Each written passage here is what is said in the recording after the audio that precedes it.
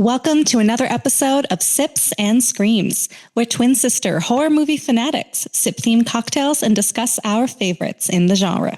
Today we are going back all the way to 2024, last year, to discuss Longlegs, effectively marketed as the best serial killer movie apparently since Silence of the Lambs.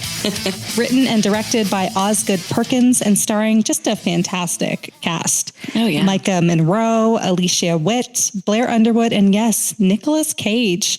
This one introduced us to one of the creepiest killers that has ever graced our screens, Mr. Dale Cobble, a.k.a. the man downstairs, a.k.a. Longlegs. He likes to sing in his car. He likes to walk around in his house coat and just scare the bejesus out of people. This one has all the 90s horror, thriller lore we love. A creepy mother, a final girl you really root for, kinda. And it just has, I would say, a delicious, almost comedic performance from Blair Underwood. We are so excited to unpack this one. I'm Ashley, and joining me, as always, is my twin sister, Allie. Allie, how you doing? It's episode 16. I know. I'm so excited for episode 16. This is a special one. And I like that we're doing a recent movie. I feel like we haven't done a ton of those. So this is exciting. Yeah. Sweet 16. And if you're watching the video on YouTube, you know what? We have a little bit of an upgrade. We have a new logo. So look out for that on socials. And of course, wherever you get your podcasts. And speaking of which, you can follow us on YouTube, Instagram, TikTok. Our handle is at Sips and Screams Pod. You can also email us at sipsandscreams.podcast@gmail.com. And we are everywhere, like I said, where you listen to your podcasts. And if you do listen, we would love it if you could leave us a rating and or a review. Okay, it's time. It's time for what, Allie? Oh, it is our Sweet 16 episode, and it is killer cocktail time. Yes, it is. And I love this one. Like, what are we drinking, and what's the rationale? And I'm gonna walk our listeners through this one because it may not make sense at first, but it does. Yeah, this cocktail's a journey. I think they'll figure it out. I think join us.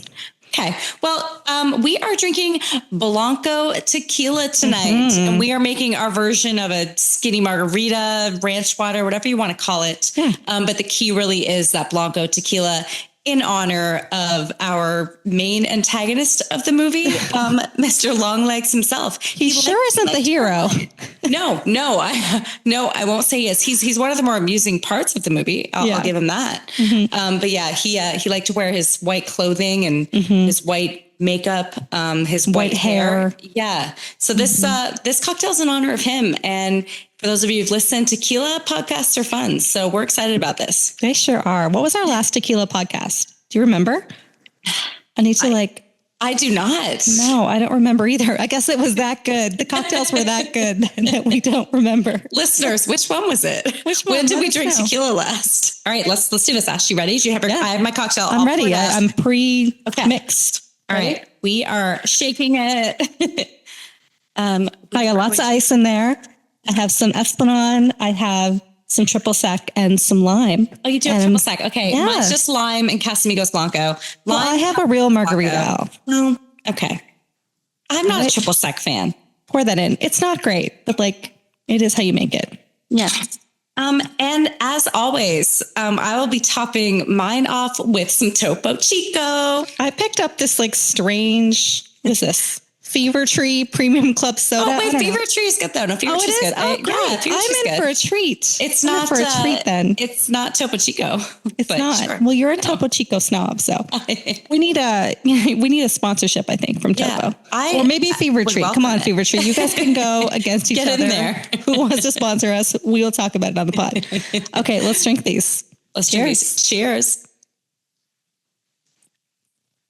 Oh, mine is so good. Mine's great too. I'm really getting the Casamigos Blanco. It's very kind of agave tasting. It's so good. Yeah. All right. We are moving on to Sips and Synopsis.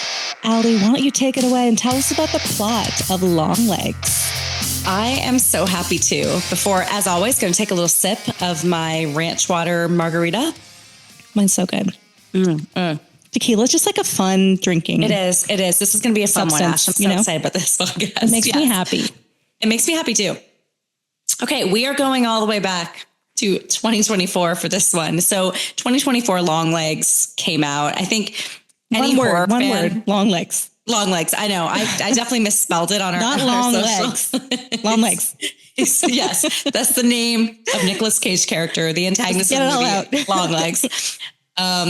So this movie again, it came out just last year. And I think, as you said, right, the marketing for this movie, before we even saw it, the trailer, everything was saying how it was the scariest movie in decades, I believe is the language they used. But it does not take place in 2024. This movie takes place, the main story takes place in the 90s, so 1994. And so I think that definitely evokes some nostalgia especially for us, right? And I think like any horror fan. So that right away, I think definitely drew a lot of people in. And it certainly set that familiar tone. It's the best. It's the best era. The Lambs. The best era for like horror and just any kind of thriller, right? Yeah. Like they had all the courtroom dramas and the thrillers and just really, really good horror movies. No cell phones, you don't have to deal with like technology back then. Like no cell phones. Yeah. I'm kind of like paying homage to the 90s, like courtroom, or like the FBI, I guess. Fashion. Oh yes. We are dressed for the occasion, everybody. For those of you who can watch this on YouTube, we are wearing white in honor. Not only are we drinking Blanco tequila, but we are wearing white, honoring Mr. Longlegs himself. And snow. And he loved those white houses, didn't he? He did. Sure did. Yes, he did. So a movie takes place in the 90s. And I think, from the very beginning, again, as a lot of these horror movies do, uses the color red a lot. So it really sets out, that you just see that immediate red screen. And I got to say that the music in this movie, brilliantly done. Love how they use that. Loved how they set the tone. And there's a quote in the beginning so it starts out this quote, this T-Rex quote, and I had to even look it up because I didn't necessarily know who that was. I didn't either. A lead singer of a glam rock band. And so I guess the entire character of Longlegs and the way he moves and the way he dresses and everything is based off of this as glam rock. So I always thought that was like so interesting. And the whole music, the soundtrack of it is very like rock, like classic rock. It is rock. Kind of awesome. Yeah. Yes. Which is unique, I think, for horror. And so I love that about it. And so directed by Osgood Perkins, who, his father's horror movie royalty, right? So his father, Anthony Perkins, played Norman Bates in Alfred Hitchcock's Psycho. Right. So, it's in his blood, I'd say. Well put. So we start out from the very beginning. So it does not start out in the 90s. It starts out with a flashback of sorts, or, just starts out in the 70s. So, we're seeing that it's clearly, you can see it by the cars that are driving, that it's clearly not in the 90s.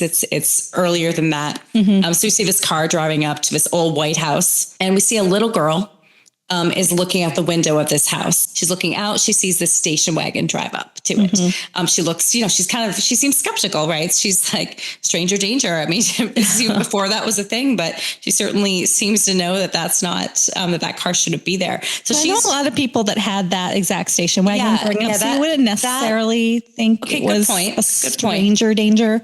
But I guess, as the mother pointed out many times, no one came to visit them. Not even family. Not even family. It was just them, just the two of them. The two of them. You know what? The little girl's brave. The little girl goes down the stairs, leaves the house, and goes out to investigate. I mean, she's showing very early on these investigative skills. She's out there. She's kind of looking around. She doesn't see anyone. And then this is like the first couple of minutes of this movie, and all of a sudden you just see this man. Oh my goodness! Dressed in the white, and the music is so great too, because it's that jarring sound, right? Yeah. You don't see his whole face, but you see his lips, and you see that he's a lot taller than her. And he says to her, "It seems I wore my long legs today." That was a really good impression. That's how he said long legs. Long legs today. And that's the beginning. And then it cuts to present day, which is 1994. So we get, we see Longlegs in that very first scene. We'll see him a few more times in this movie. He's obviously a central part of it. He's not in it that much, but my goodness, every scene he's in. Yeah. It's a real scene stealer. It is. And I love what Osgood Perkins did in this movie too, right? He wrote the script as well. So not only did he direct it, but he wrote it, and he separated it out into 3 acts. And so we've covered a few of these movies that do that. And I love it because, there's 3, right? And so it kind of sets the tone of the movie. So I love that. So we're at part 1, and part 1 is called His Letters. So we're goes right to the FBI agent, someone that they're trying to capture. And they know that he's in some house in suburbia, but they don't know which one. So our main protagonist, we're introduced to her. So Lee Harker is our main protagonist in the movie. Again, we don't know at the time that she was the little girl at the beginning, but she's... Way to spoil it, Al. Well, okay, spoiler alert. Okay. Spoiler alert. It's the same girl. You assumed it when you watched the movie. Same hair. Yeah. It's the same You hair. assumed it. Yeah. But so she's a young FBI agent. So early in her career. So Lee Harker and her partner, Agent Fisk, are tasked to go out to these suburban neighborhoods, and they're looking for a middle-aged white man. And their role is they're going to go to this neighborhood and just knock on doors. Yeah. So Harker goes with her partner Fisk. She stays in the car. He's out knocking on doors. Some parallels there. Yeah, there are with some. the ending. Yeah. So she eventually gets out, and we see during, early on that she seems to have this sixth sense. So she seems to be able to sense badness or, which house evil. That they should be knocking on. Evil. Exactly. And so she tells him, she's like, we should go to this house. And she wants him. She's like, but we should also call backup. And he's like, no, like, we're good. Like, it's just a hunch or whatever. So she stands back. Fisk goes and knocks on the door. Oh, I'm laughing. Yeah. Fisk knocks on that door, and I'd say maybe 3 seconds later, his head just gets blown right off. Blown right off. Right off. A lot of blood. Yep. I mean, that was a shot right to the head. He's immediately dead. Harker's there and hears and, sees him get shot. So then she goes into that house. She's going through it. It's all, there's like plastic everywhere. She goes up to the bedroom and she apprehends the guy. So Fisk met his end, his demise. His demise. Cheers. Yeah. To Fisk. And he was in it for 30 seconds. Here's to Fisk. Yeah. Made one bad decision. I made a couple, I think, Didn't listen to the girl. Didn't listen. They definitely should have called backup. Yeah. I always find that so interesting in horror in general. Yeah. When they just go in, I'm like, just wait for the backup. And then the backup always comes at the end when everyone's dead. Yeah. Backup's useless. I should have saved that for cliches, but that is such a cliche. It's so true though. Whenever they don't, you're like, oh, it's going to go down. Yeah. Oh, absolutely. Yeah. And so after this, time moves forward. We see that Harker's in a room. And she's seeing images, and there's some random number generator. Yeah. And we learn that she's basically able to guess the numbers in this random number generator. So again, it's showing us that she has these kind of psychic powers, I'd say. So she's been reassigned, Harker. So, Fisk is gone. And she's been reassigned, and she's now working with Agent Carter, who I guess is kind of serving as her mentor. And so that's Blair Underwood's character. Yeah. And as you said, he's great in the movie. But she's been assigned. Yeah, he's so great in it. I always love movies with him in it. And I think he plays that kind of great mentor character. And they're so different that it really plays well. It's so good. He's like old school, he likes to drink and, talk about things in like hotel lobbies, and she's very like clinical, I guess. Oh, yes. In her approach. She is. So the new case that Lee Harker has been assigned to is they are searching for the serial killer who has been effectively making the fathers of families kill their entire family and then themselves. And he leaves letters at these homes. But there's no trace of him or anything, just these letters, and he signs them Longlegs. And there's a code, and they don't yet have it deciphered. But so she's assigned to that one. I think, that's a pretty good fit for Harker, because she likes solving puzzles. Letters. She does. She likes it. She can decode that cipher in record time. I know. It's a little fast. And so, Agent Carter's showing her all of the evidence, and she just takes it into a room, and she's just like on the floor, and she's looking at all that evidence.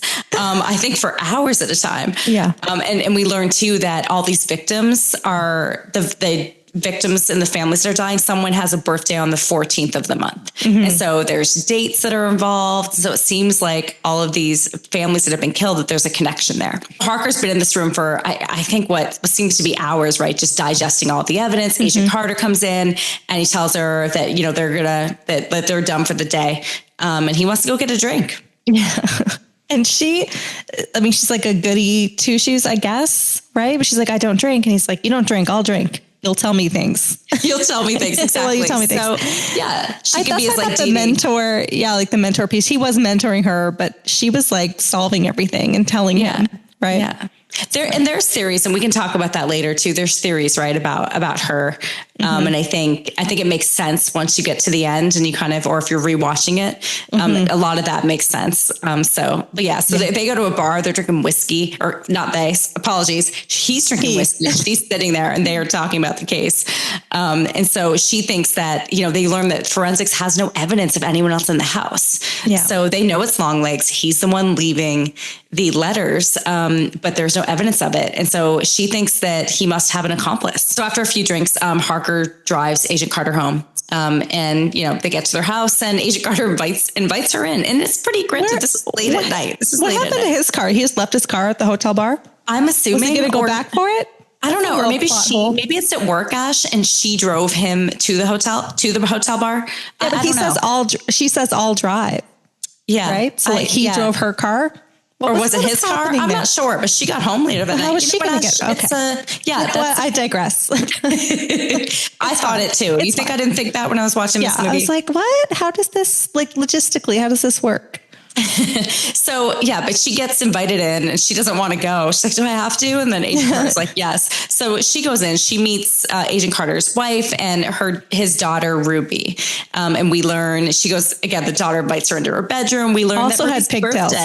All those did have pigtails like her at the beginning. Yeah, that's right. I didn't even mention that, but yes, you're right. These young girls, 8 years old, before their 9th birthday, had pigtails. But okay. And this is, and we can talk about this now, I guess. But so Harker gets invited to Ruby's birthday, right? And she's like, okay, I'll come. They don't tell you then when it is or anything. Yeah. But, we do find out later that the birth date of Ruby is a very significant one on the 14th. And they know that these murders that the murders families that are happening, that the daughter or the child had their birthday on the 14th. So again, they don't put 2 and 2 together. No, Agent Carter doesn't even think about it. Is he bad at his job, Agent Carter? I think he might be, Ash. Yeah. I think he might be. So Harker then drives home.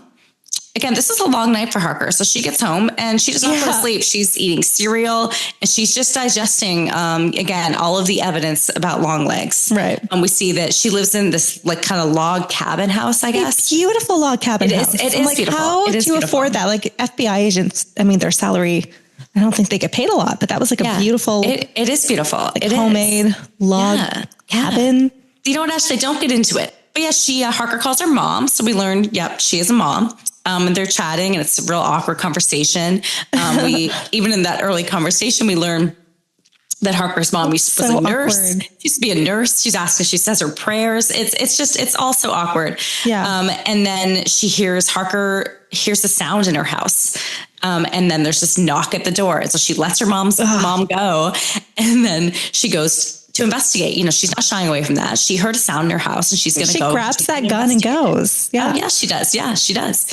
So she gets outside and she's looking around. She doesn't see anything, but she looks back to the house and she sees someone in the house. So she sees this person walking around in her house.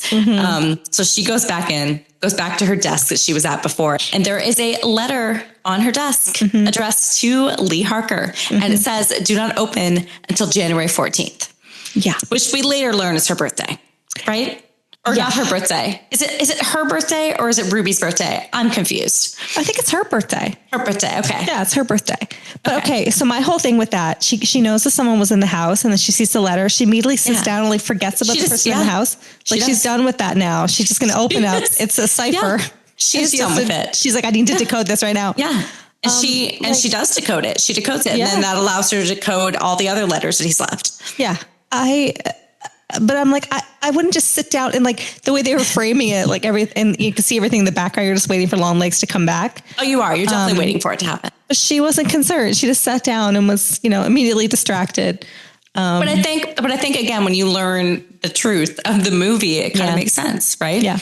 Well, I always thought she's a really interesting character, right? Definitely neurodivergent potentially. Yeah. Right? And I think there's theories on that. Yeah.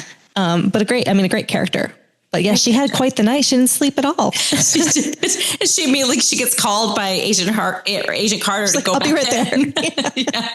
Oh my God. She only had that little bit of cereal too. Yeah. She didn't even finish that cereal bowl. No. So yeah. Oh, Ash, we could have had some cereal. Oh, we could have. Yeah. I can't remember the last time I ate cereal though. Yeah. It's been a minute. Not a big cereal fan, but yeah. No, me neither. I like Captain Crunch like back in the day. Captain Crunch. Like Honey Nut Cheerios. Honey Nut Cheerios are a winner. Oh, and just like, what's the thing? Like Special K or something? Life cereal's good Life too. cereal is Special K. Yeah. So good with like bananas kind of. Oh, Special K with some bananas in it. That is elite. Yeah, it is elite. All right. We are now in part 2 of the movie called All of Your Things. So there's been another killing, and Harker and Agent Carter go to check that out. So they go into a house. We learn that this family is being killed by the father, and it's been a minute. So they were supposed to be on vacation. It's been a month. And they've been dead for that long. It's giving Last of Us season 1. I haven't seen Last of Us. Well, those who know. If you know, you know. Giving Last of Us. It's giving a lot of movies actually. But yeah, there's, parents are dead. Children are dead. They go into one of the bedrooms and it's been a minute. There's maggots involved. It's not a pretty scene. Were you disturbed by the maggots? Yeah, Harker wasn't. No, she was okay with it. She was like, it's okay. Yeah. I mean, was I? Absolutely. They were crawling around. It was pretty disturbing, Ash. Were you? Yeah, I was like, I wasn't eating or anything, thank goodness. But yeah, that would have been a little, disturbing. But okay, so yeah, children dead, maggots eating them. But before we move on, I have to take a moment to talk about this because right before it moves on to the next scene, we see this gray cat that's in a kennel and it meows. And it's in the kennel. How the hell is that cat still alive? It's been a month. Oh, right. How? It was in a kennel and there was no one else there. So No, you're right. You're right. That's a superhuman cat. Or there was food and water in the kennel. It's been 30 days. Maybe it's church. Doesn't need it. Church reincarnated. Okay. When I saw it immediately, I was like, honestly, church? Yeah. Church? I mean, it definitely looks like church. Maybe it was church. And it was very like. It was in a kennel. Aggressive. Yeah. And 40 years later? No, well, it was the 90s. So what, like 10 years later? No, or maybe it was the same time. Okay. Church gets around. Maybe eventually we'll find out that they're in the same universe, Pet Cemetery and this, and church just went and hung out. Listeners, let us know. Was that church? Was it church in the kennel watching the bed in the bedroom? We think it was. I think that was church. I think it was. It's good that he's still getting work, all these years later. Yeah. So at this point, they're done with the house. Harker calls her mom to let her, I guess she's supposed to go over there. She calls her to let her know she's not going to make it. And again, the mom, there's always just it's always an awkward, weird conversation. You saying your prayers, blah, blah, blah. But Harker goes to the local library to do some research on satanic cults at this point. Has to go look at that microfilm. The microfilm. Yeah, the hold that microfilm has also on those movies, because Pet Cemetery, I believe, is microfilm. Amityville that we just reviewed. Yeah. Also some good microfilm in that. And I like some good microfilm. Yeah. Yeah. It's like visually like really fun. Like it is. You can scroll through it. That's more fun than going through a book. It's much better. Yeah, I absolutely agree with you. So she's kind of connecting the dots. She's realizing that the dates of all the murders, so all these families that have been murdered, and the dates seem to create this inverted triangle. Yeah. Which is a symbol of a satanic cult, I guess. And so she's kind of putting all that together. And I got to say, she's putting it together pretty quickly. Everyone else has been working on this for a long time. Harker's been on it like 2 days, and she's putting it together. She's like, it's this inverted triangle. Here's the dates. Yeah. I know who's going to die next. Yeah. And I know when it's going to happen. It's going to happen on the 13th. They need the 13th date to complete the triangle, I guess. We learned she shares all this with Agent Carter. We learned that there was this Camera family farm. This was, I think, the earliest. This was the very first murder that happened.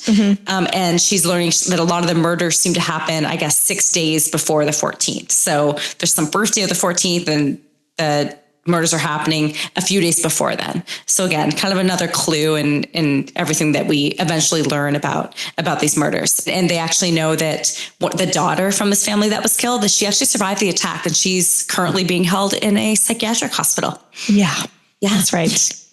But before going to see her in that hospital, they go to the actual site of the farm. And they go there, and again, Harker's kind of leading them to the barn.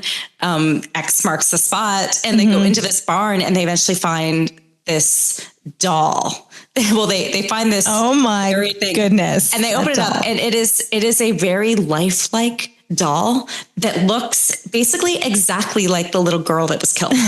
In terms of like scary dolls, yeah, where does this one fall for you? Because I found it very disturbing that it was so lifelike. The eyes are pretty creepy with it, I'll say. And we learned too that it's human hair. So it's real hair. So they take this doll to a corner, I guess. And this corner had, kind of torn it apart, and realized that there was this kind of metal orb inside of the head. And this is a really important part because it just looks like this metal ball, right? Yeah. Yeah. But he holds it. He's like, but check this out. He holds an ultrasound up to it, and you can hear like frequencies, like you can hear sound. So it's, even though we know it's hollow, they're emitting something. Yeah. It's emitting some sort of frequency from that metal orb. So, that's kind of weird. So I love the exposition, or like the transition from the coroner's office to when they go to the mental institution, because Blair Underwood, Carter's like, well, let's go see Carrie Ann at the mental hospital. Like, it's just so... Like, it gave us that exposition, but the way he says it, I'm not even doing it justice. But it's so, I like laughed out loud. Movie, I laughed out loud. It's like, well, let's go see her at the mental institution. I get it. Like, that was 2 seconds ago. Like, I didn't really need that exposition. It was so funny. That was always the plan. Yeah, I forgave Blair Underwood. I was like, that's fine. But let's talk about Sally Draper, shall we? Yeah. Yes. Carrie Ann, AKA Sally Draper. She will always be Sally Draper to me. Sabrina. Sabrina. I think she was also in the Black Coat's Daughter. So she was also in another movie. And that was also an Osgood Perkins movie. So they go see Carrie Ann at the hospital. But I got to say, Ash, before they do that, we get a little kind of side story of Longlegs driving. Yeah, we do. So just wait one more minute, everybody. We're going to get to Carrie Ann in the hospital. But first everyone's like, I can't wait to talk about Sally Draper. Because she was everyone's favorite character in Mad Men. That's right. And to be fair, the first time I watched it, I did not know it was her for a minute. You knew. You always knew. It was always right in front of you. Let's get back to Longlegs, because we haven't seen a lot of the MASH. Yeah, and this is a pivotal scene. Yeah. So he's driving. He's driving, singing his car, his station wagon. He goes into a store to get some supplies, and he's just real creepy. He's wearing a house coat. Yeah. And he does the peekaboo thing. I mean, you could not get more creepy. And the little girl at the front too, and she's just a teenager, whatever she is, she's just like, she could not be bothered, She's just like, care. The crazy man's here again. Yeah. Dad, crazy man's here. Come on out. And I feel like Longlegs is disappointed that she's not creeped out. I think he is too. Yeah. Like, she shows no fear. She does not care about this man. And good on her. I like that about her. That was a great scene. Yeah, it was. So you're starting to see just, the grotesqueness of this character, right? And he certainly enjoys evoking fear in people. What was he buying? I don't know. I was trying to see. I'm not sure. Hardware store. You know what? I feel like it was things for the dolls. Maybe paint. Yeah. It was things for the dolls, I think. But I just had to get that in there again. Just a little. Back to Sally Draper. Yeah, back to Sally Draper. What everybody wants to talk about. Yeah. So Agent Carter and Agent Harker, are now at that mental hospital to see Carrie Ann, and they go to sign in, and they realize, and they're like, he's like, oh, someone was here to see her just yesterday, and you wouldn't believe it, she's been in this catatonic state, and just yesterday she basically woke up. And they're like, that's weird. And they go to look to see who it was that signed in, and they look, and the name on the ledger is Lee Harker. Yeah. So obviously it wasn't her. So they're assuming at that point she had an alibi. She was at the farm, digging up that doll. And so, they assume at that point unisex name though, right? Yeah, it is a unisex name. And they never checked ID. We learned that. That'd be a good idea. That's a great idea. We'll take that under consideration for next time. Yeah, make sure it's the right person. We just, took him at his word. So Lee goes and visits Carrie Ann, AKA Sally Draper, AKA Black Coat's Daughter, Sabrina Teenage Witch. Yeah. What else has she put in? Just so many things. She's been in a lot. She's been in a lot. I feel like she's been given a lot of roles. A really good horror movie lately. What was that horror movie? Oh, yeah, Totally Killer. Totally Killer. Actually, she was in that. She was my favorite thing that she's been in. And what's her name? We're calling her Sally Draper. What's her name? Kiernan Shirpa or something? Shirpa. Yeah. That's it. Her best thing, not Sally Draper. It's just, that's like what that character was so annoying. So annoying. Like, I'm sure we all agree. I don't need to take a poll. Everyone agrees that Sally Draper was the worst. The worst. But yeah, no, didn't Totally Kill her. She was awesome. Yeah, Julie Bowen's daughter was awesome. She was great. She was so great. So Harker's trying to have a conversation with her. Like, she's kind of speaking in rhymes and things. It's very interesting. But some of the things that they talk about. She has a great pixie cut, though. She does. She has a good one. And it really seems like Carrie Ann seems to be really like connected to that doll, right? And she mentions something to Harker while they're there. She mentions that it feels like she's in limbo. She tells the story how this doll was at the house and, that her mother was going to stab it and that the father killed the mother and killed them all. But she doesn't remember that the doll looked like her. And she says this line, and this was so good. Because then she looks, so she doesn't remember like those specific details, but she looks at Harker and she's like, and you don't either. Did you remember that? No, part was I didn't. So I love that. She looks at her. She says, you said that. Yeah. And you don't either. And you don't know what to think of that at the time. You're like, what is that mean? You think like she doesn't look like her doll, but actually, she doesn't look like, well, more to come.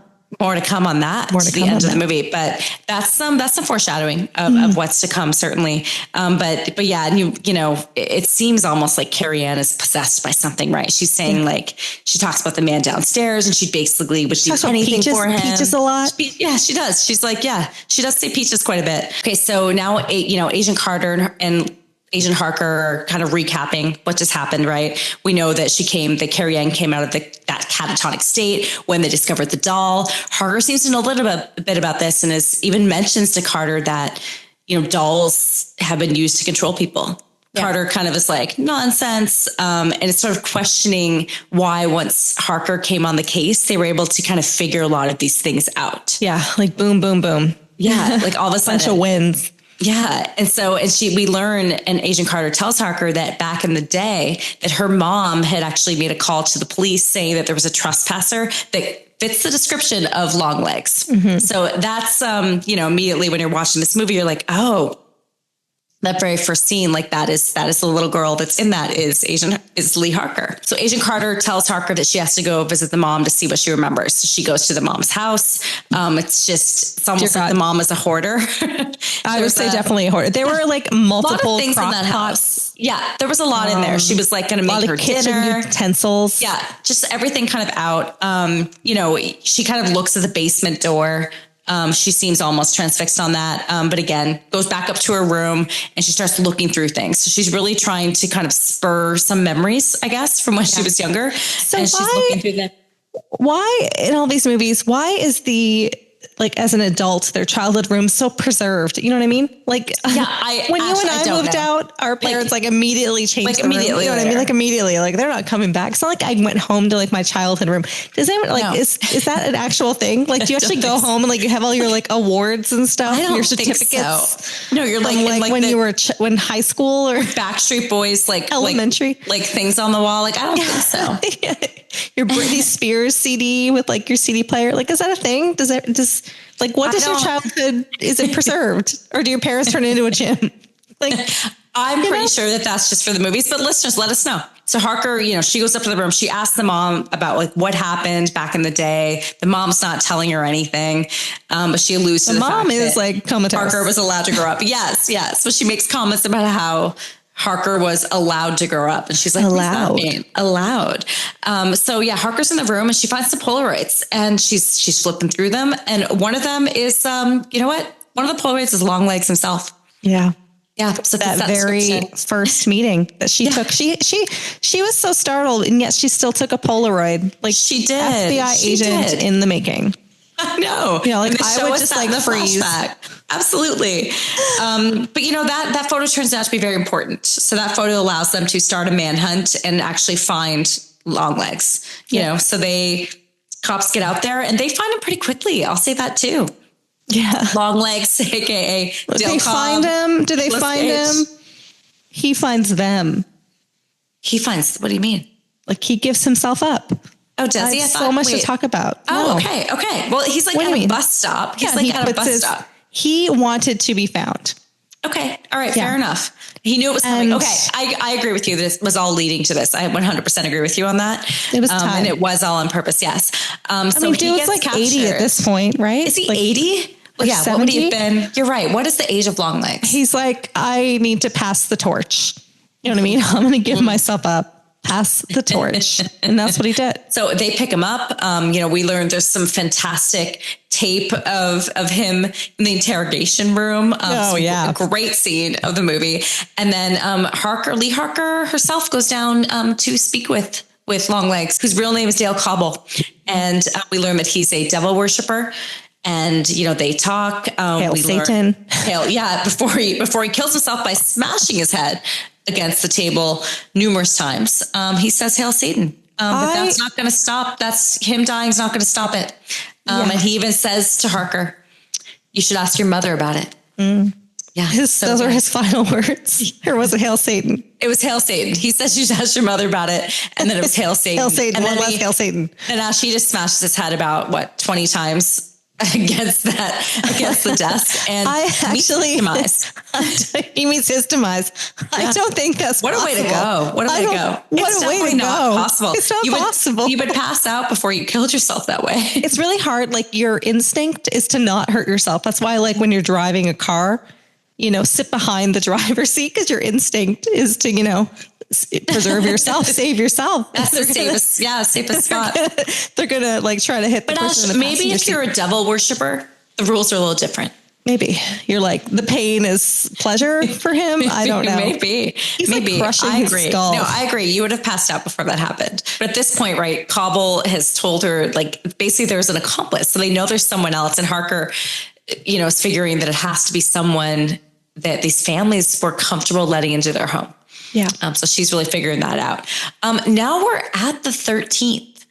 So if you remember from earlier, the 13th was when basically the next murder she thinks is going to happen. Mm-hmm. So it's the day we can expect, even though Longlegs is dead, we could potentially expect that accomplice to go and kill someone today. One more family. Okay, so Harker's now going to her mom's house. So, Longlegs has alluded to somehow potentially the mom having some involvement there. So Harker goes with the other female FBI agent in their car, and they drive up. Harker goes inside the house, and she sees her mom with a gun, and her mom shoots that other FBI agent, just right in the head. Yeah.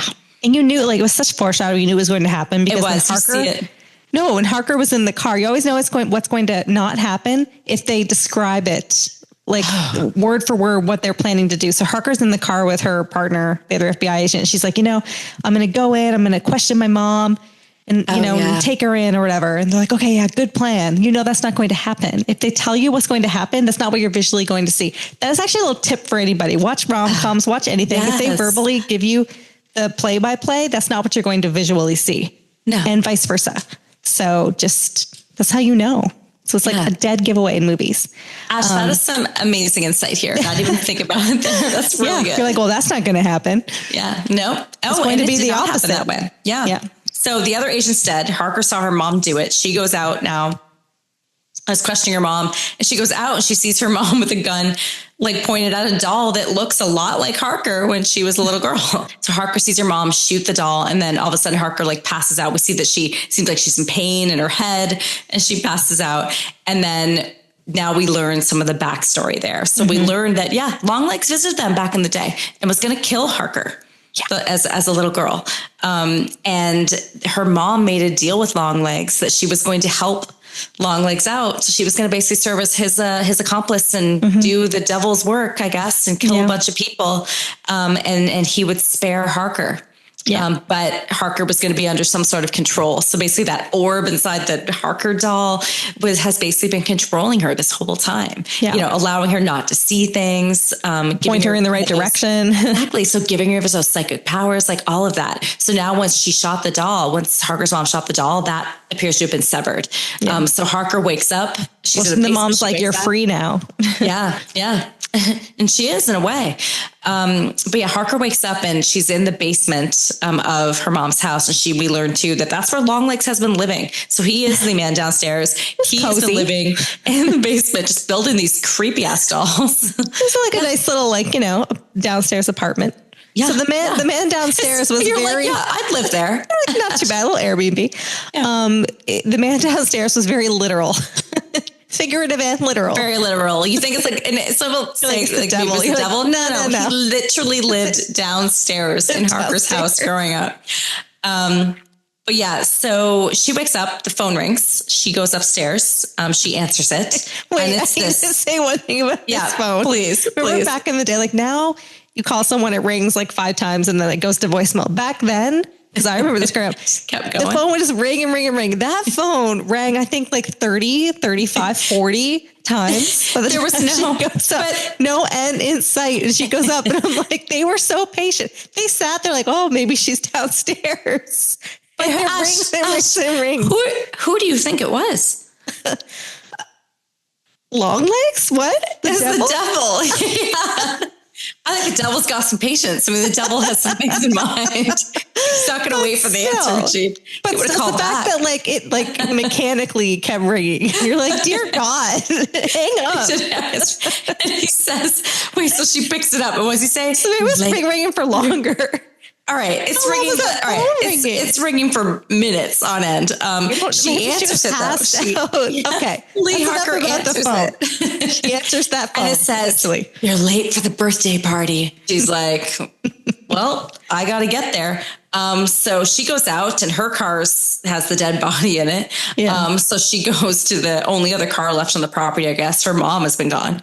Which one is it? That's Longlegs' station wagon. Yeah, it is. There's just been also in their garage this entire time as well. Again, when she was sort of connected to that doll, she was blinded to these things. Yeah, but again, no one comes to visit them, Al. Nobody, not even family. So who would know? Who would care? You're absolutely right, Ash. Everybody has that car in the garage that you're like working on, Do you have a car in a garage that you're working on, Ash? No, but like growing up, we had like that old Oldsmobile. Remember that car that this your dad didn't get up and running? Maybe not everyone had that, but we certainly did. Guaranteed. Okay, listeners, did you have some old jalopy in your garage that your dad was like, just kind of like needs a little love and care that you're going to get back on the road? Guaranteed. Everybody had that. But that station wagon was running, Ash. Like he had been driving it. But Harker takes that station wagon, guess has the keys, gets in there.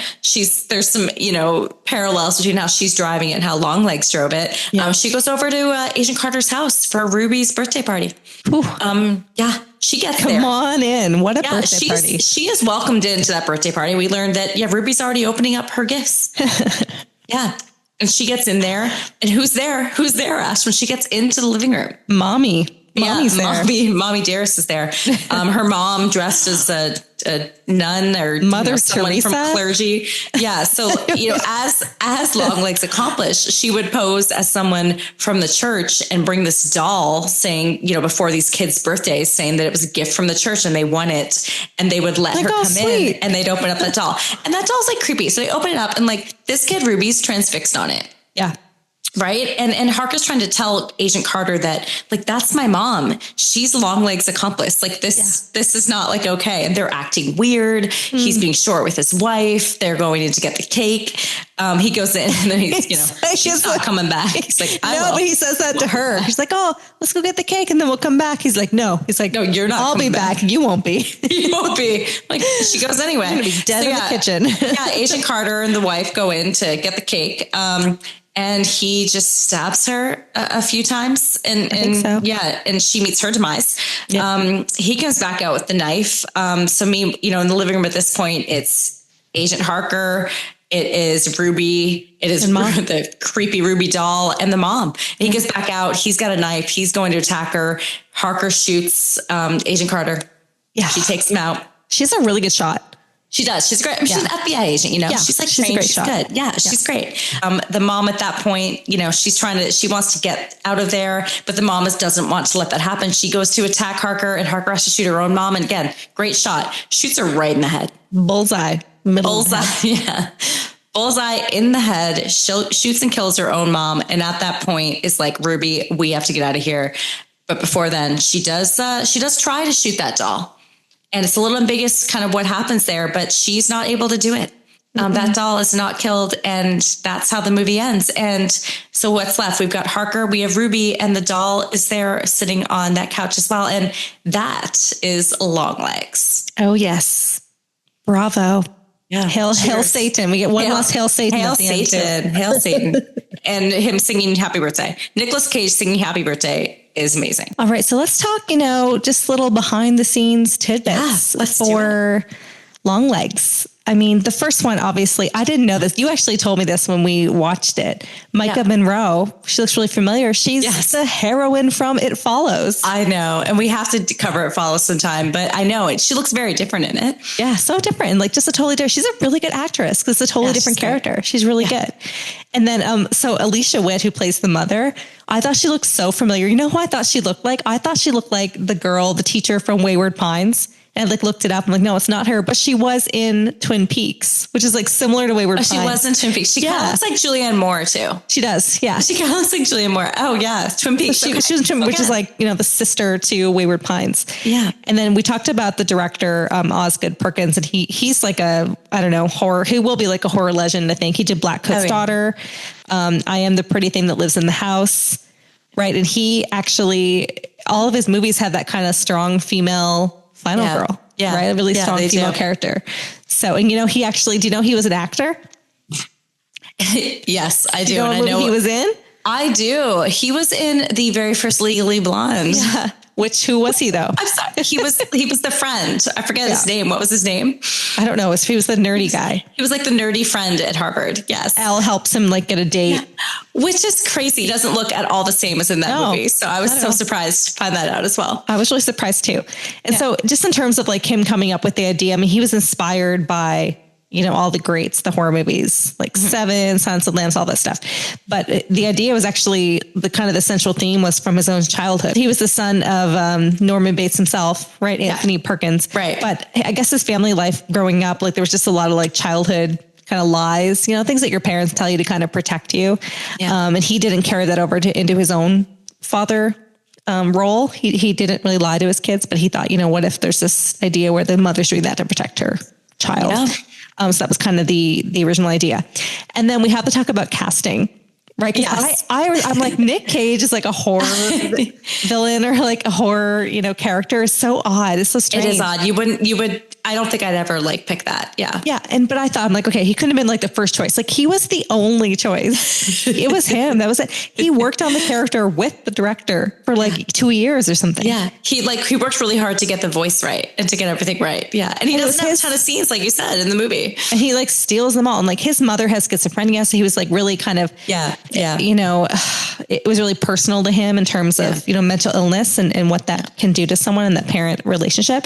And then it was his idea to make the character look really androgynous and kind of that like classic rock kind of look as well. But it's this idea because he wanted to be like free in the role and just kind of like disappear, I guess, in the role. Yeah. Yeah. And, I thought it was really effective. And then, so Micah Monroe, Lee Harker, the director wanted to keep them separated. So she actually didn't meet him until they filmed that first scene together, which was in the interrogation room.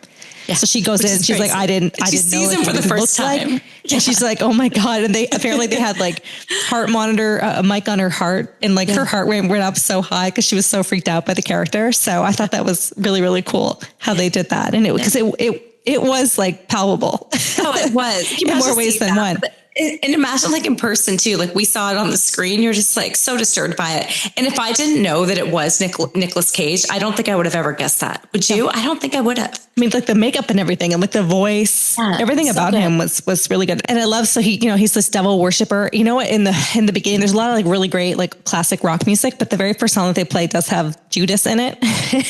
If you rewatching it is so key because you pick up all these little things that I didn't get on the first watch.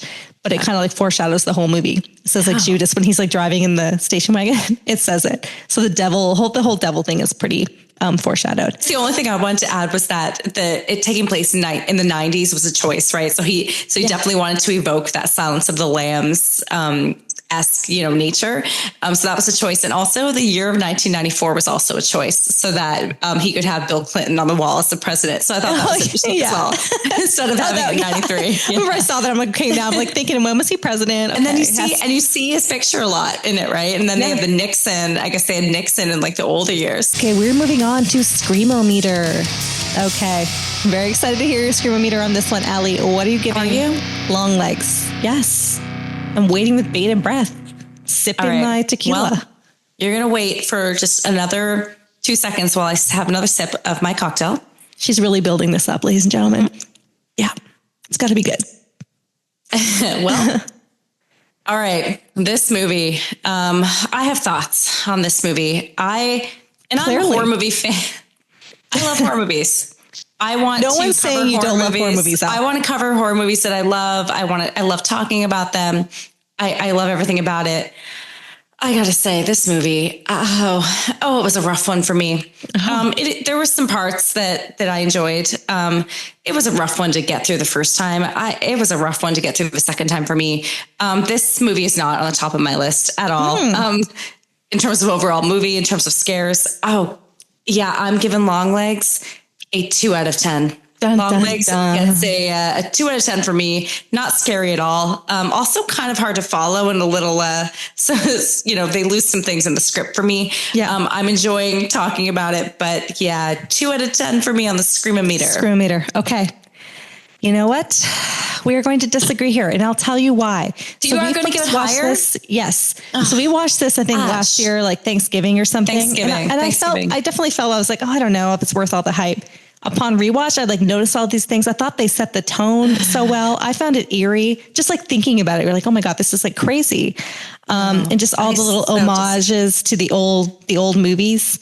I had horrible nightmares last night, definitely related to the film.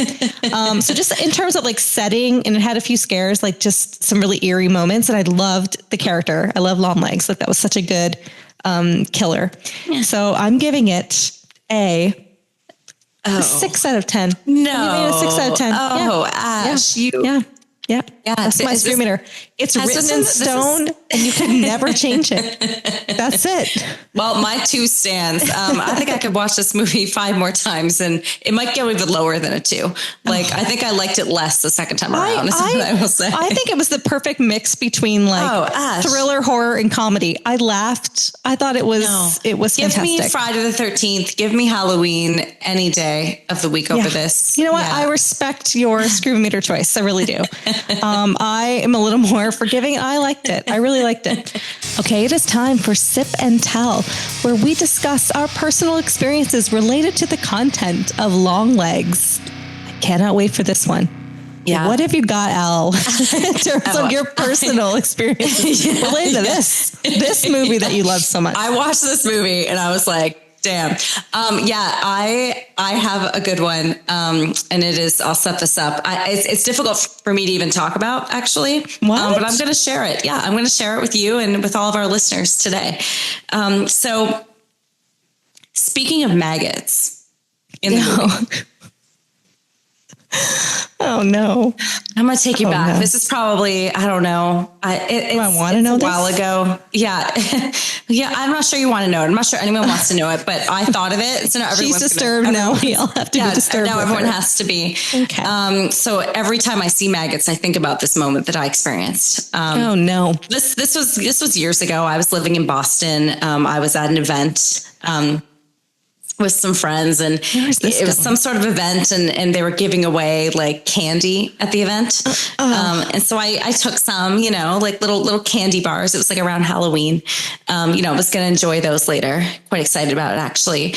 What kind of candy was it? What was it? It was a chocolate Hershey's bar. It was a mini picture. It was a mini chocolate Hershey's bar, the Halloween kind, Yeah. The little guy. Yeah. Love so those. I was quite excited about that. They gave these away and I was like, okay, I'm going to enjoy that. Who wouldn't be? Yeah, who wouldn't be? And we're driving home. So I'm with my friends. We're driving home and I'm like, okay, I'm going to get into that. So I take that little Hershey bar out. Unwrap it. It looks delicious. I take a bite. Oh. I take a bite of the Hershey bar and I've had half of it at this point. I pull it back down. I look down at the Hershey bar and I see maybe 3-4 maggots crawling out of it. Ow. No. Crawling out of the half of the bar that I just ate. I didn't eat half of it. Oh yeah. Yep. I immediately scream. And I'm in a car, like at this point, I immediately am screaming and I'm like, oh my God, like I think I throw it out. I put the window down, I throw it out the window. And like, I was disturbed for like days after that. I mean, weeks, even thinking about it now, it evokes just like I feel like I'm going to throw up or something. Oh my God. But yeah, like now I have like a tapeworm. Yeah. So I think I probably ate 1, maybe 2 maggots that day. Oh my God. And I saw them crawling around in the chocolate bar. Yeah. So every time I see it in any of these movies, that's immediately what I think of. So I had that experience. Yeah. Not fun. I could have gone my whole life without knowing that. That story. You know what? You did tell me before, and I blocked it out. I was definitely so shared that. It was so gross. I'm like, I never want to think about that ever again. I remember it every time I see a maggot in a horror movie. So sorry, listeners, but that happened. Maggot, everybody. Ew. Yeah. Okay. Yep. That's right. Thank goodness you were like drinking. Otherwise, you'd have the memory of what it tasted like. Oh no, I was dead sober. I wasn't drinking. Oh, you were like dead a work sober. Event. So dead sober. Oh, I remember every. What kind of candy were they serving? Like, I don't know. It was like a school event or something. Oh no. Yeah. Okay. Oh, I wasn't drinking. I wish I had been. I may have eaten the whole thing though. Maybe it's a good thing. Oh my goodness. I don't know if I can top that one. Mic drop. Yeah. I need a minute. I'm going to have some of this tequila. Take a sip. Yeah. I'm going to have some more because now the memory of it, and I still see it to this day. I can still see the little maggots wriggling around and they move. Oh, well, that's disgusting. Oh my goodness. Okay. Okay. I don't even know. Okay. So my sip and tell is that we did live in a small town and it was not uncommon for people to come knock on our door selling stuff and clergy people all the time, people from the church. And you know what? And that is real. Yeah. Yeah. You trusted them because like you knew them from the church and they were dressed in like the church garments, you know what I mean? Like I don't know what to call them, like the robes. Yeah. The robes and stuff. The minister was over like all the time. Like, the minister was just like always over like chilling. Yeah. You're like, oh my goodness. Like, I get that was his job or whatever. But back, he was just always like stopping by. Yeah. Popping in. Just popping in. So yeah, the church people come over all the time and you would just like let them in. So people are, if you criticize this, like you wouldn't let them in. I'm like, you would let them in. Someone from the church. Like, oh, come on in, Hazel. You would, and you would take the doll, but like the doll would be disturbing. Yeah, it'd be very disturbing, but like, I still think you would take it from like your trusted older woman from the church. Yeah. Like that definitely happens in small towns. Yeah. So that's my sip and tell. All right. We are moving on to sips and scares. Okay, Allie, what were your scariest parts of the movie? I know you gave it a low rating, but there were some scary parts and I have a whole list. So. Oh, you have a whole list. I have a whole list. I don't have many. All right. Well, let me talk about mine. I mean, probably number one scary one was the knock at the door in the middle of the night at Harker's log cabin. That's always effective. That's been done a million times before, but very effective. That's my number one too. Very scary. Yeah. Number two for me was when Harker pulls up with the other agent and they're in the car and you just, before she gets shot in the head by Harker's mom, you see her in the background, just kind of slowly coming towards it. Yeah. And that was very uneasy, unnerving. I really liked that part. So that was the second one for me. Yeah. Love that. Is that, you have two? That's it? I guess that tracks. Yeah, one point for every scare, everybody. That's it. 2 out of 10. So I think nothing if not like consistent and accurate. That's true. Yeah. That's true. Yeah. We have different scales. Okay. So I think, the scariest thing to me was probably the knock on the door because it was just like the thud in the middle of the night and so isolated. Yeah. She was so isolated out there. That was so fantastic. It was well done. I also thought a very scary thing was the mom's hoarding, to be honest. I thought that freaked me out. I'm like, oh my goodness. Like, how does someone live here? How are you eating there? Like, it's just, there was too much happening there. I thought she was too busy, Ash, going to these houses and dropping off these dolls. She couldn't put things away. No. She, her basement was being occupied, so she had nowhere to put stuff, right? You know what? Longlegs was there for a while. Longlegs could have like done a little housework. You know what I mean? Yeah, Longlegs could have done some housework. Help her like put away some things. There was like old utensils and things on the counters. Longlegs, come on. Get in there. And no one's coming to visit. So, you guys have time. You guys can just hang out. No family. No one ever. Never. I thought, again, the whole log cabin scene was fantastic. But when she sees him outside. Okay. Yes. Right. Yes. When she sees him outside, he's just standing there. with like, his long legs get out. That was so scary. Yeah. And I just thought the way everything was framed when she comes in, and I already talked about this when she starts immediately on the cipher and decoding it, but like just the way it's framed, it's like her and like, they're very focused in on the light in the kitchen in the background. You just expect, it's like that anticipatory scare. Yeah. And you expect, you expect something to like pop out of the background. So I thought that was just really, really good. And when they go to the family farmhouse, any farmhouse in like the winter, like some isolated place that's deserted and empty is scary. And as soon as they go in, I'm like, oh my goodness. And they have those flashlights. Dear God, those flashlights, the strongest, like, it's like military grade, like flashlights.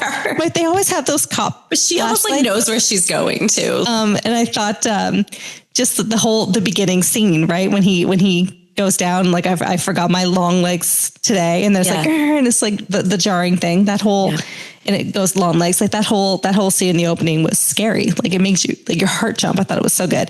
And then we already talked about the Hail Satan part when he's like killing himself. Again, I don't think you could actually do that. No, I don't think that's possible. Was effective and like pretty novel. Right. Like that's something pretty novel you don't see every day. So I thought there was lots of scares to keep it kind of interesting and just kind of the tension going.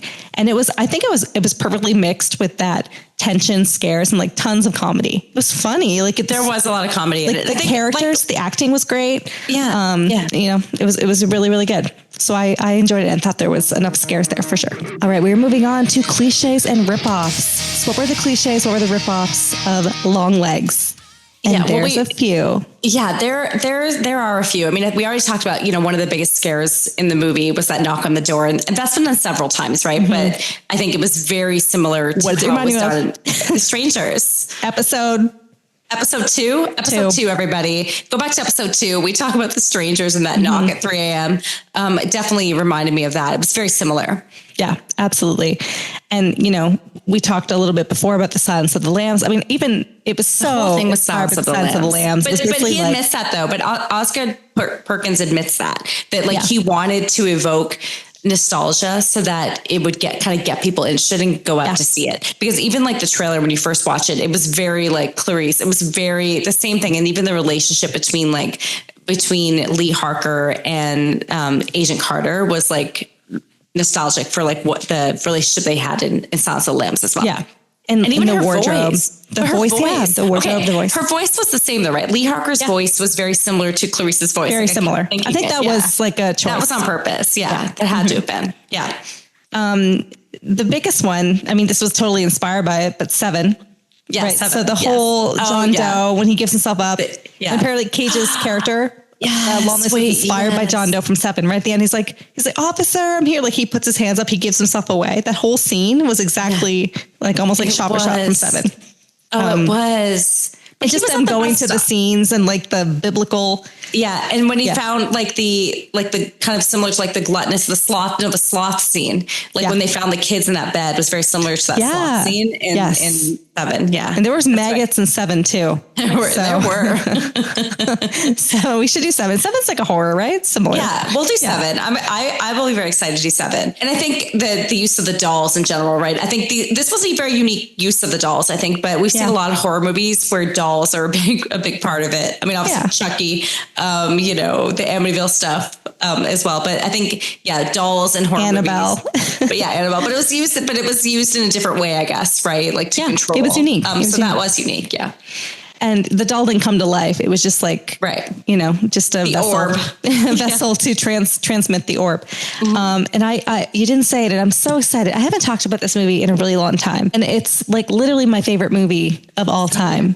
It's this movie is giving Zodiac. It is. I'm surprised Zodiac, you waited this long to mention it. I was waiting for this moment. Cliches for us to be like, this is Zodiac. Right. Every time Ash mentions Zodiac, drink. Okay, I'm gonna have a drink right now. But also, like maybe that skewed my rating a little bit because, guys, it's definitely Zodiac. I said this before. I watched the movie like I don't know 6-7 times. I watched all the documentaries. It's like my favorite movie of all time. She's obsessed. I'm obsessed with Zodiac. And this was giving Zodiac, like her doing the ciphers, just the whole thing, and going and like trying to find the killer and the car scene, just all of it. I'm just, I love it. I could stay in that world forever. So I was like just giddy and delighted throughout the whole thing. So lots of cliches, lots of rivers. I think, you know, the director too is just such a big fan of all of those movies. So it's just kind of like paying respect to all of that. Yeah. And I love it. And I think that's it, right? We say cliches ripoffs, but I think it was honoring it. Yeah. Agree. Yeah. All right. It is time for alternate endings. Drum roll. Yeah. Oh. Okay. Ash, tell me there is one. Tell me there's one. We need to find a movie where there is one. I swear. Lately, the new ones don't have it. I think that was such like of its time, like 90s, like early 2000s. They would film them. Oscar Perkins had such a very like specific, like definitive ending. Yeah. And, like that was it. There was nothing else that was filmed. There was a lot of like lead up to shooting this too. So that was it. That was the ending that we saw was the ending, the only ending there was. But I want to talk about like what we think about the ending and interpretations because it's ambiguous. Yes. Right? It leaves ambiguous. It open. And I got to say, I think I felt two different things. Like the first time I watched it and the second time I watched it. So, yeah. Yeah. So, I mean, as you said, you know, it ends with Lee Harker being the heroine, the final girl. She kills her partner. She kills her mother. And then she tries to kill the doll, but it just goes click, click, click. Like there's no bullets coming out. She's not able to do it. And then it just cuts to the Hail Satan and we're done. So, I mean, what do we think that happens? Do we think that she's actually free? I mean, another interpretation is that maybe she's now inhabited by the devil demon or whatever it was and it's controlling her and she's not able to stop it. Mm-hmm. So, I mean, what do you think the ending signifies or where do you think it ends? And I think, and I hear you on the click, click, click. I think but we never actually see her finger on the trigger. That may have just been a sound. So I actually don't know if she actually ever did try to shoot the doll. But yeah, I think, I think she could be possessed now. So now it's passed on to her. I think that's a probable ending to it. Yeah. And we get a little bit of insight from Micah Monroe. She did an interview, I guess, and she was talking about the ending, how it had like one strong takeaway message. And it was like, evil isn't going anywhere. That's just the reality. There really is no end. Right. So it's kind of like just going to reincarnate. There's going to be no end. It's going to happen again. Did you like it? Did you like that it was ambiguous? Did you want more of a definitive? No, I definitely want more definitive. I don't really like ambiguous endings. I would have preferred a definitive one. You know, if it's her, whether it was her shooting the doll or it was very clear that she either couldn't or didn't want to, right? That she was having a change of heart. I would have preferred a definitive ending. Well, I think that's another thing too, right? When you know the ending and you on rewatch, it is a different movie because you know that this whole time she had been under control of the devil, right? The devil had control over her. When her mother shoots the doll that looks like her, it severs that. But before then, we think it did anyway. Before then, the entire time, like it's sort of guiding her career. Like it's the reason why she became an FBI agent. Right. It's the reason she can't see things. It's the reason why she has her psychic powers. And so I think, you have to watch this movie twice because you have to rewatch it and understand that. But it's almost like the entire movie that you're seeing, and I've read some things on this too, is it's a haze, and she's sort of, it's interesting, right? Because it's all sort of through her perspective. She never kind of looks at him in the eyes. It's very like hazy, and it's because she's not ever seeing anything clearly. She's constantly been in a fog since she was 8 years old. Right. Yeah. Yeah. I think they visually portray that very well with the framing, with the time, the time jumps. Yeah. I mean, that's when we were watching it. Like, is she like neurodivergent? Like what's happening here? She's also very childlike and stunted, right? She's eating the cereal. Like how old is she supposed to be at that point? 20-some, mid-20s? She would have been 8 years old in the 70s. So now we're in the 90s. So yeah. So late 20s. Yeah, late 20s maybe. So she's pretty successful for her late 20s. So the devil might have helped her out a little bit there. I think the devil did. But like she just goes in the child's room, like the child invites her into the room, like, and that's just kind of like an infantile, like she relates to the kid more than the other people. And then she's like, I'll be there. I'll be at the birthday party. And then when she eats the cereal and she doesn't drink, like all these things, like she's just almost like stunted at like 8 years old. Yeah. So she's, I guess, protected, but maybe completely stunted. And like, she just doesn't ever really grow up. All right. It is time for the villain. All right. Is there controversy here? Who? Who is the villain? Who do you think? You think there's a lot of controversy. Yeah. Well, there's obvious villains like the devil. She is so excited. She's so excited about this. I think. Who's your villain? All right. And I've thought about this. For me, the villain in this is the church. You know, I mean, it's because of the relationship that the church had with these folks and these communities. And that's why they were able to do what they did. So I'm going to go back to that. I mean, you can go back even further, but I'm going to say it's the church. They created a trust there. They misused that trust. Yeah. So yeah, definitely the church is the villain of this movie. People need something to believe in, right? And they take advantage of that. That makes sense. Yeah. So that's your villain, the church? That's my villain, the church, yes. All right. So, I mean, the obvious one clearly is Longlegs. Yeah. But that's only if you believe that like people have no control over their own destiny. Okay. Right? There has to be some kind of like predisposition that would kind of allow you to be manipulated by it. So if you think of that. So I think necessarily like it's kind of like up to you to like make your own destiny, but also maybe the villain was Lee just for being born, right? So she was born, her mother, it's real dark. This is like a really dark. Yeah, this is a hot take too. You're saying Lee Harker is the villain of the movie. Well, she was never born. He never would have gotten the mother to do the dirty work, right, of the devil and try to protect her daughter. And, he would have just died off and no one would have helped him. So maybe it's Lee Harker, the villain. I mean, Ash, we could take that one step further. Whoever Lee Harker's father is, maybe he's the villain. And he never like dated the mom or whatever happened there. And that's true. He got pregnant. I mean, we could take it. Let's take it one step further and say the parents of the father. The parents of the father, Lee Harker's father didn't raise him right.